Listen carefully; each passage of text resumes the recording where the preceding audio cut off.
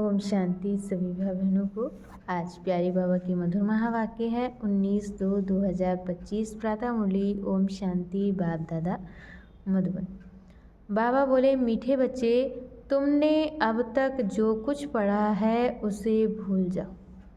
तुमने अब तक जो कुछ पढ़ा है उसे भूल जाओ। जीते जी मरना माना सब कुछ भूलना। जीते जी मरना बाबा कहते माना सब कुछ भूलना, पिछला कुछ भी याद ना आए। पिछला बाबा कहते कुछ भी याद ना आए। प्रश्न है, जो पूरा जीते जी मरे हुए नहीं हैं उनकी निशानी क्या होगी? जो पूरा जीते जी मरे हुए नहीं हैं उनकी निशानी क्या होगी? उत्तर में बाबा ने बताया है, वह बाप से भी आर्ग्यू करते रहेंगे। वह बाप से भी आर्ग्यू करते रहेंगे, शास्त्रों का मिसाल देते रहेंगे। जो पूरा मर गए वह कहेंगे बाबा जो सुनाते वही सच है। जो पूरा मर गए वह कहेंगे बाबा जो सुनाते वही सच है। हमने आधा कल्प जो सुना वह झूठ ही था। हमने जो भी आधा कल्प सुना है वह झूठ ही था, इसलिए अब उसे मुख पर भी ना लाएं। इसलिए बाबा कहते हैं अब उसे मुख पर भी ना लाएं। बाप ने कहा है, हियर नो इविल। गीत है ओम नमो शिवाय। बच्चों को समझाया गया है, जब शांति में बैठते हो, जिसको निष्ठा अक्षर दिया है यह ड्रिल कराई जाती है। जब शांति में बिठाते हो, जिसको निष्ठा अक्षर दिया है यह ड्रिल कराई जाती है। अब बाप बैठ रूहानी बच्चों को समझाते हैं कि जो जीते जी मरे हैं, जो जीते जी मरे हैं, कहते हैं हम जीते जी मर चुके हैं। जैसे मनुष्य मरता है तो सब कुछ भूल जाता है। जब मनुष्य मरता है तो सब कुछ भूल जाता है, सिर्फ संस्कार रहते हैं। सिर्फ संस्कार रहते हैं।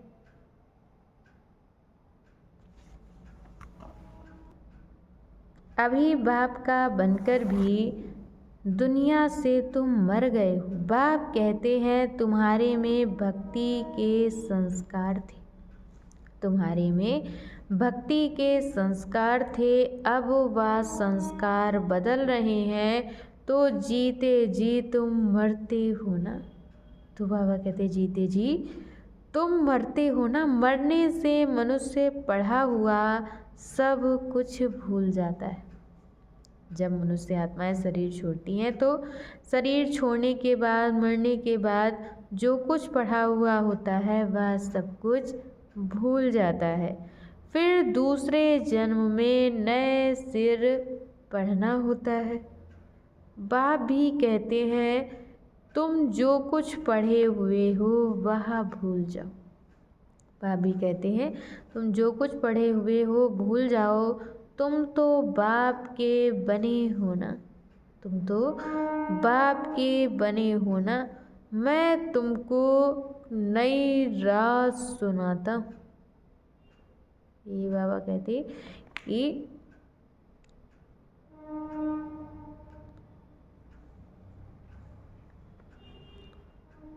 तुम्हारे में भक्ति के संस्कार थे और अब वह संस्कार बदल रहे हैं।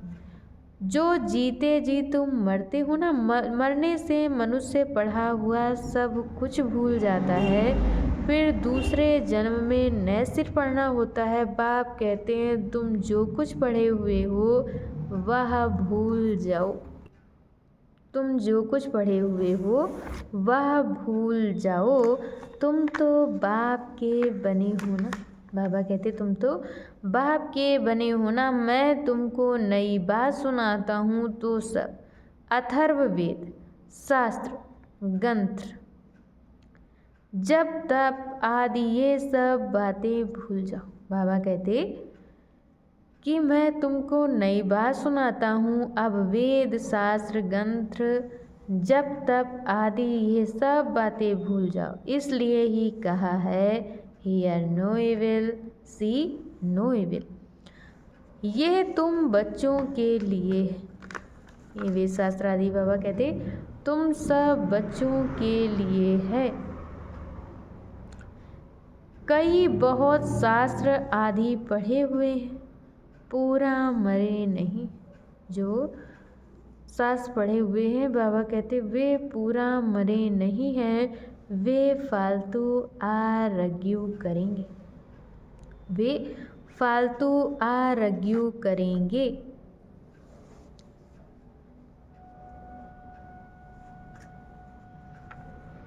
और बाबा ने बताया है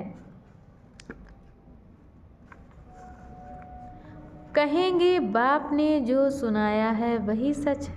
ये कहेंगे कि बाप ने जो सुनाया है वही सच है, बाकी बातें हम मुख पर क्यों लाएं। बाप कहते हैं यह मुख में लाओ ही नहीं, ये मुख में लाओ ही नहीं। Hear no evil. बाप ने डायरेक्शन दिया ना, कुछ भी सुनो नहीं। बाप ने डायरेक्शन दिया ना कि कुछ भी सुनो नहीं, बोलो अभी हम ज्ञान सागर के बच्चे बने हैं तो भविष्य को क्यों याद करें। हम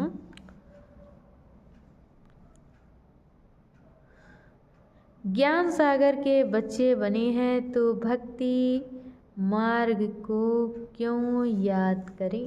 अच्छा, मीठे मीठे स्किल दे बच्चों प्रति माता पिता बाप दादा का याद प्यार और गुड मॉर्निंग। रूहानी बाप की रूहानी बच्चों को नमस्ते।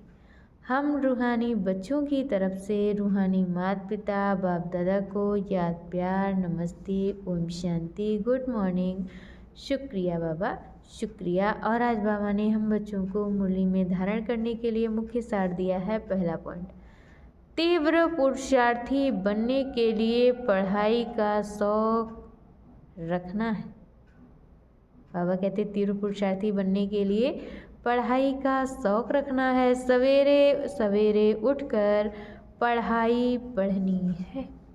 सवेरे सवेरे उठकर बाबा कहते पढ़ाई पढ़नी है। साक्षात्कार की आस नहीं रखनी है, इसमें भी जास्ती टाइम वेस्ट जाता है। साक्षात्कार में भी बाबा कहते कि जास्ती टाइम वेस्ट हो जाता है।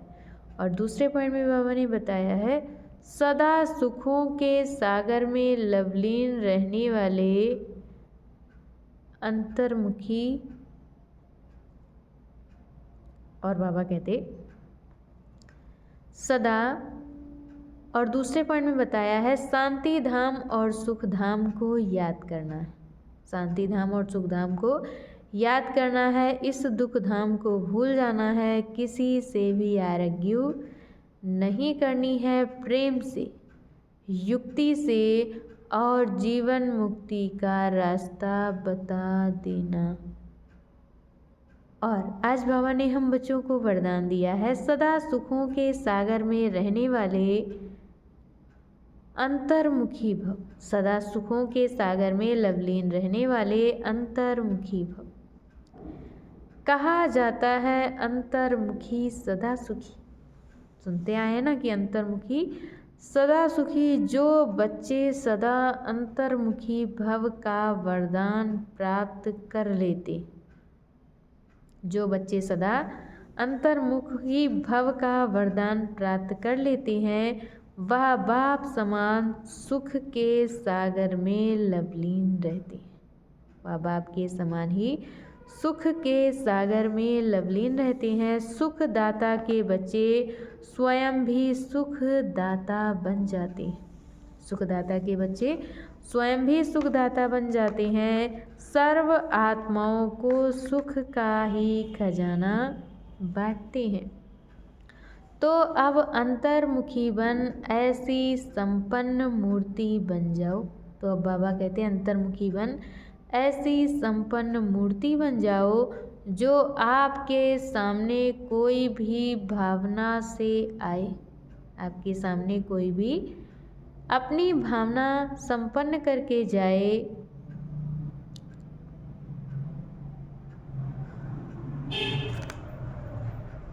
जैसे बाप के खजाने में आप प्राप्त कोई वस्तु नहीं है, वैसे आप भी बाप समान भरपूर बनो।